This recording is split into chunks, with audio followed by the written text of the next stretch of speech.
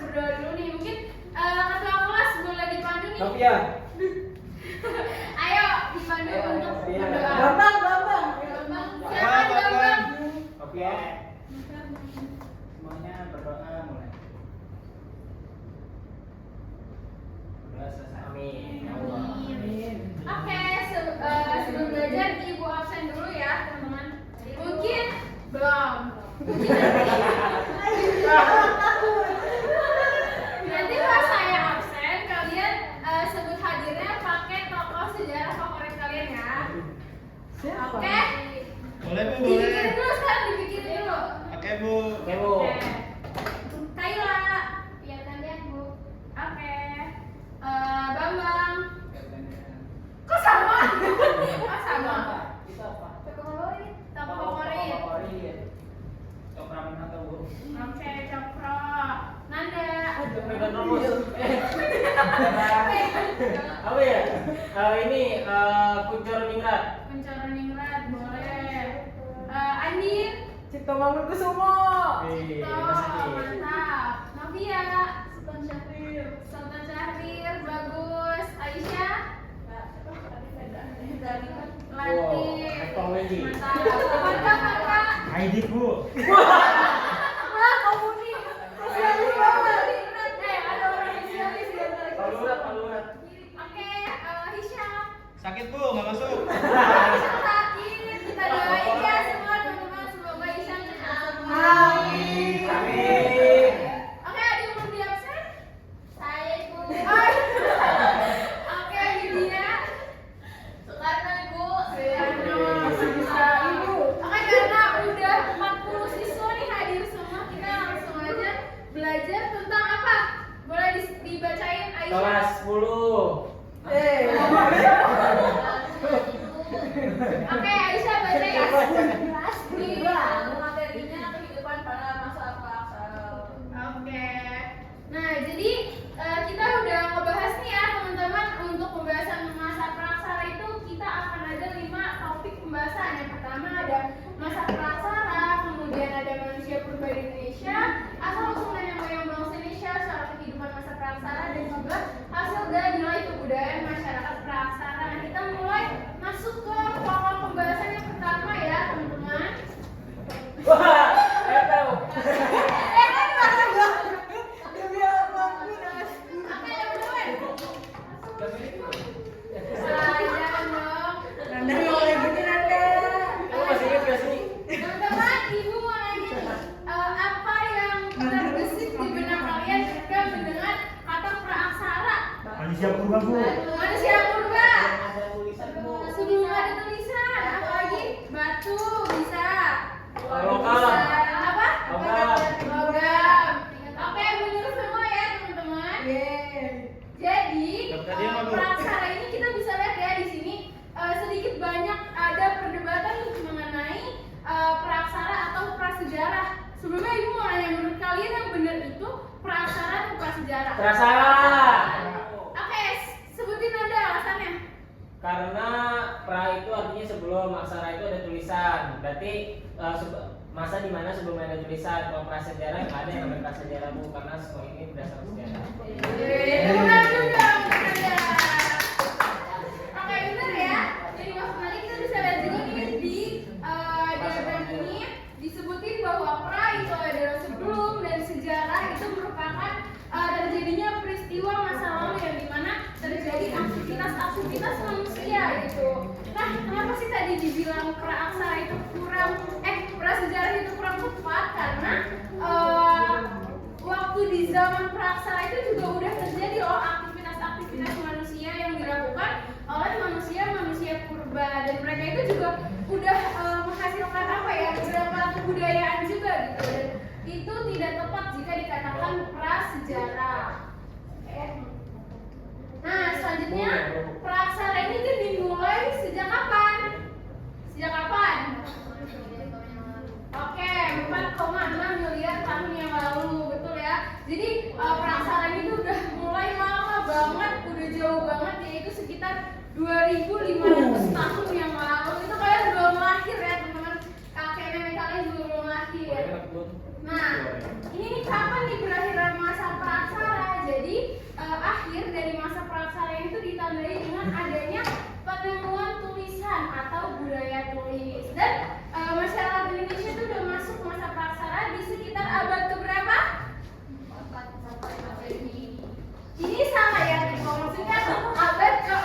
Oke, mungkin bisa diingat sama teman-teman karena nanti kita bakal ada kuis gitu ya. Jadi ini nanti bakal keluar juga di kuisnya, jadi diingat-ingat.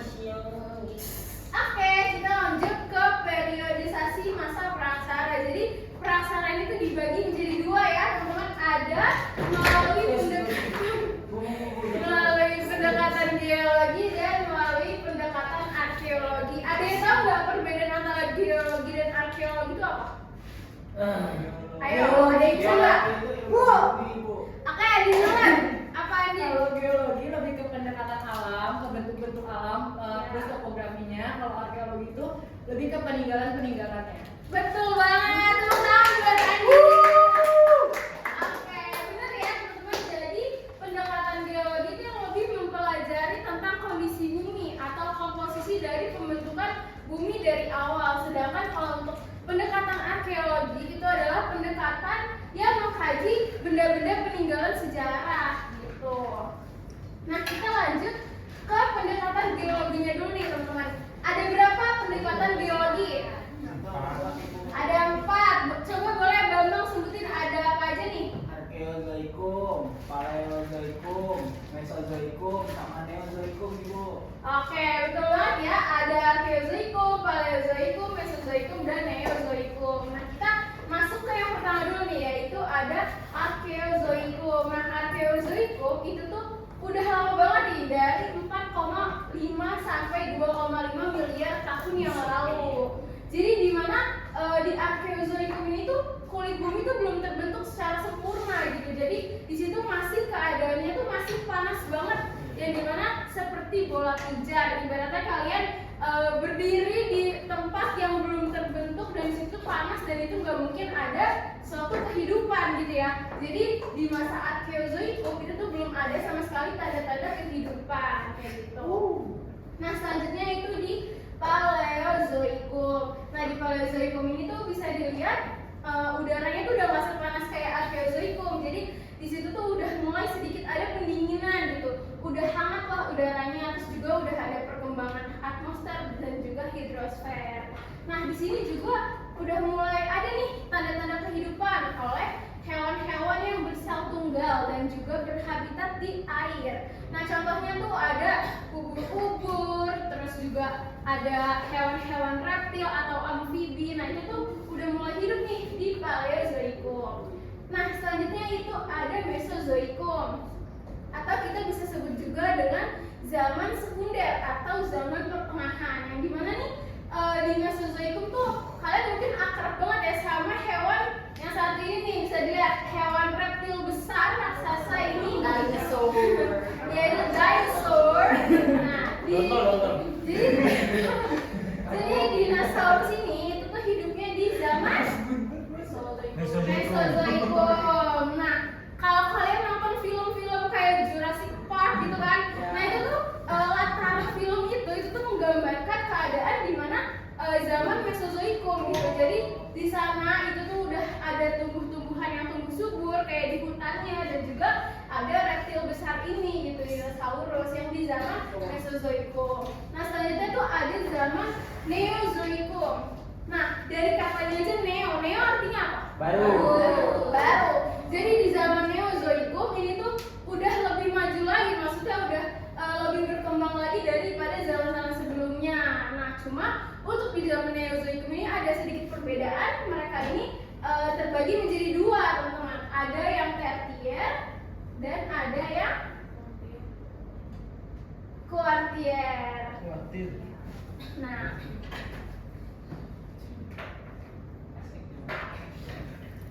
oke, nah untuk zaman Neozoikum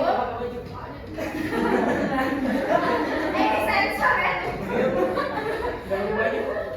Di zaman tertier ini tuh binatang reptil yang tadi dinosaurus itu tuh udah punah, teman-teman. Jadi udah digantikan sama hewan-hewan besar yang menyusui, itu mamalia gitu. Contohnya tuh apa? Mamut, terus Kera. apalagi? Kukang. Ah? Kukang. Kukang. Gajah, Bu, gajah. Ada, benar. Mamut. Betul. Mamut udah tadi. Nah, jadi apa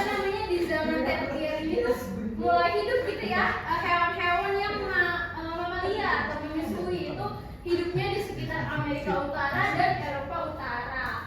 Nah selanjutnya kita masuk ke zaman Kuartier nih, yaitu dibagi lagi jadi dua. Ada kala Pleistosen dan juga kala Holosen, yang dimana kala Pleistosen ini tuh berlangsung di sekitar 600.000 tahun yang lalu dan ditandai oleh perubahan iklim yang ekstrim. Jadi teman-teman tadi kita udah belajar ya, Arkeozoikum itu kan panas banget ya, seperti bola pijar. Sedangkan di kala Pleistosen ini bumi itu mengalami iklim yang berubah drastis teman-teman. Jadi dari yang panas banget jadi dingin banget gitu. Jadi air yang ada di permukaan itu tuh membeku dan menjadi sebuah wilayah kutub gitu. Nah dari itu menyebabkan lautan itu menjadi dangkal karena airnya itu membeku menjadi es gitu. Nah selanjutnya di zaman Holosen itu tuh tadi kan udah membeku nih ya di zaman Pleistosen. Nah di zaman Holosen itu air yang sudah membeku itu kemudian mencair kembali dan akhirnya menjadi banjir kayak gitu. Jadi di sini tuh airnya itu kembali surut dan kembali nggak surut, banjir maksudnya. Jadi airnya tuh kembali banyak lagi gitu ya karena udah mencair kayak gitu. Terus juga di kala Holosen itu udah mulai muncul manusia purba yang udah mulai modern nih. Ada yang tahu nggak apa tuh? Homo sapien. Iya, bagus baca ya nih Homo sapien. Nah, ini tuh udah menyerupai manusia modern ya, udah mirip gitu sama kita, udah mulai modern. Itu ada di zaman Holosen. Nggak terbalik kan? Beda. Oke, kita next ke zaman arkeologi. Ada berapa nih? Ada 5 Bu. Dibaca nanti apa aja? Pertama ada zaman Paleolitikum, kedua zaman Mesolitikum, ketiga zaman Neolitikum, 4 zaman Megalitikum, zaman Puraniantikum. Gak pakai tikur. Oke, zaman Puranian itu nama lainnya apa?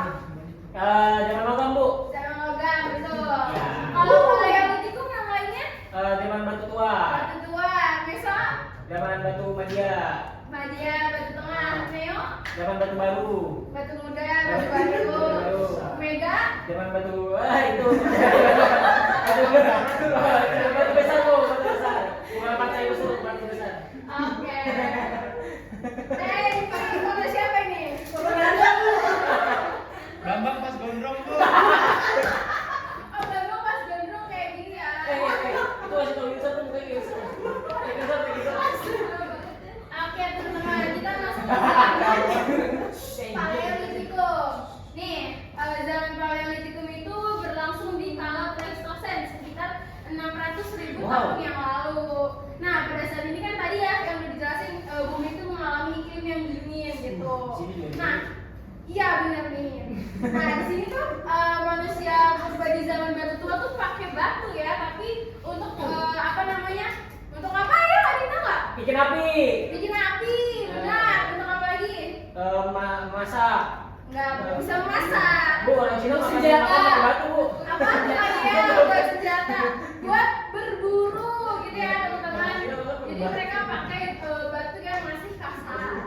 Terus juga zaman Paleolitikum ini tuh orang-orangnya tuh belum menetap ya tinggalnya, mereka tuh masih berpindah-pindah. Ada yang tahu nggak berpindah-pindah itu apa? Nomaden. Pindah. Jadi mereka tuh masih berpindah-pindah sesuai dengan di mana ketersediaan sumber daya makanan mereka gitu. Jadi mereka tuh kebanyakan tinggal di sekitaran sungai karena di sungai ini tuh mereka masih bisa dapat ikan, kerang dan lain sebagainya gitu. Jadi masa ini tuh manusianya nggak makan makanan yang dimasak, tapi mereka tuh langsung aja dimakan gitu karena mereka belum ngerti gitu.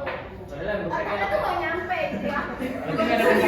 Otaknya nggak nyampe karena masih kecil otaknya. Nah,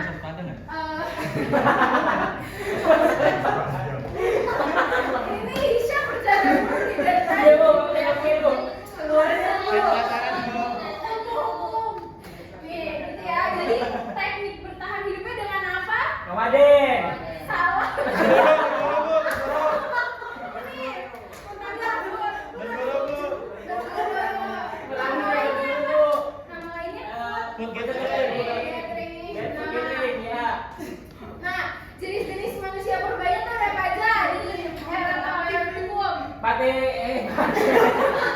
Udah jadi Homo erectus. Sahelanthropus erectus. Sahelanthropus robustus. Sahelanthropus paleojapanicus. Wajakensis. Enggak. Sampai-sampainya ada sampai. Oke, berarti nih ya, mungkin nanti lebih lengkapnya lagi kita belajar di super mengenai manusia purba. Nah, kita belum sampai situ teman-teman.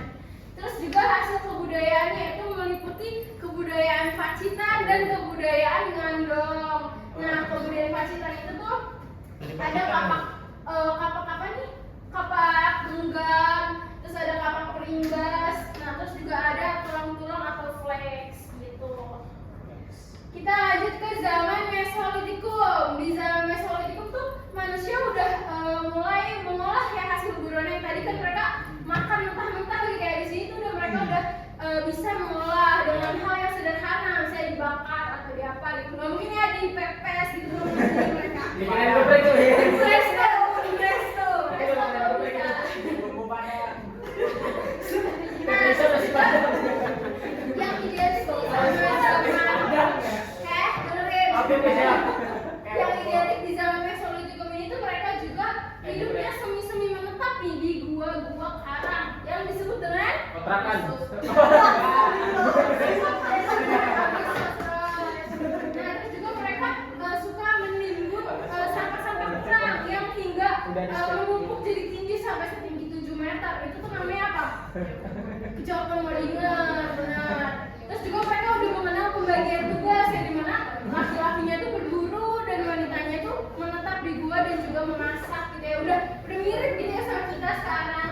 Terus juga hasil kebudayaan itu udah apa namanya masih sama, sudah ada kapak genggam dan mereka tuh udah mengenal kebudayaan yaitu dengan ada telapak tangan yang ada di dinding gua gitu. Nah itu ada di zaman Mesolitikum. Nah selanjutnya yang terakhir nih yaitu ada zaman Neolitikum. Nah di zaman Neolitikum udah berkembang lagi nih, udah jauh lebih pesat lagi. Mereka itu udah mulai menetap, udah bisa bercocok tanam, beternak, membangun rumah panggung, membangun lumbung, kayak gitu. Jadi mereka ini tuh nggak cuma memanfaatkan keadaan sumber daya alam yang ada di alam gitu, tapi mereka ini tuh juga udah bisa menghasilkan makanan sendiri ya gitu tadi bisa menanam padi kayak gitu. Nah, disebut dengan food produksi. Kayak gitu ya teman-teman. Terus batu-batunya juga udah lebih halus ya, udah nggak sekasar kapak genggam yang tadi gitu. Terus juga mereka udah bisa bikin tembikar, terus pakaian dari kulit kayu dan lain sebagainya. Wow. Nah kita masuk ke zaman Megalitikum. Nah di zaman Megalitikum nih kompleks nih ya teman-teman. Di sini tuh mereka udah mulai mengenal upacara keagamaan. Iya benar. Nah kenapa sih kita bisa tahu mereka udah mengenal upacara keagamaan? Karena kita bisa lihat nih dari hasil peninggalannya itu ada dolmen, ada menhir, gitu. Yang dimana dolmen ini kan meja batu yang ditempatkan untuk mereka menaruh sesajen mereka gitu ya kepada para nenek moyang. Gitu. Jadi di situ kita bisa tahu, kita bisa simpulin kalau mereka tuh udah mengenal upacara keagamaan yang disebut sama animisme dan juga dinamisme. Dan tau gak bedanya animisme dan dinamisme? Bapak tahu. Oke, Bambang, apa Bambang? Animisme itu menyembah roh nenek moyang, Bu. Oke, dinamisme? Itu benda, malah benda. Benar. Terus juga jenis manusia purba di masa Megalitikum tuh udah ada Homo sapiens yang otaknya tuh udah lebih pintar gitu ya. Terus juga hasil kebudayaan ini ada banyak ya, teman-teman bisa lihat di gambar-gambar ini. Ada kubur batu, ada sarkofagus, ada waruga, ada puden berundak dan lain sebagainya. Mungkin nanti teman-teman kalau penasaran bisa cari sendiri ya tentang benda-benda tersebut. Nah, kita lanjut ke zaman perundingan atau zaman logam. Nah, di sini udah lebih maju lagi nih. Mereka tuh udah mengenal sistem pemerintahan secara sederhana gitu. Jadi udah mereka tuh nggak berkelompok-kelompok lagi, tapi mereka tuh udah punya pemimpinnya gitu. Yang dimana itu adalah kepala suku. Terus juga mereka udah mulai mengolah nih benda-bendanya menjadi logam. Itu udah bisa dilihat ada nekara, ada kapak perunggu, cendana, bejana dan lain sebagainya. Kayak gitu. waktunya kuis. Teman-teman, mau kuisnya sekarang atau kita next minggu depan? Oke, kita lanjut ke penugasan. Jadi teman-teman bisa bikin essay ya, 200 sampai 300 kata mengenai bagaimana kehidupan pada masa praksara ini memberikan pelajaran berharga bagi manusia modern. Nah ini dikumpulinnya diketik ya pakai format PDF, nanti ibu kirim link drive-nya. Terus juga kalian yang terlambat ngumpulin bakal ada pengurangan koin gitu ya. Tanggal berapa? Ingat kumpulinnya? Tanggal 20 Bu Desember. Oke, dilarang mengkopas punya temennya ya. Ada pasti ketahuan. Pakai AI juga nggak boleh. Oke, mungkin itu aja pembelajaran kita pada hari ini. Besok kita next ke pokok pembahasan selanjutnya. Mungkin itu aja untuk hari ini. Kurang lebihnya mohon maaf. Ibu tutup. Wassalamualaikum warahmatullahi wabarakatuh. Waalaikumsalam.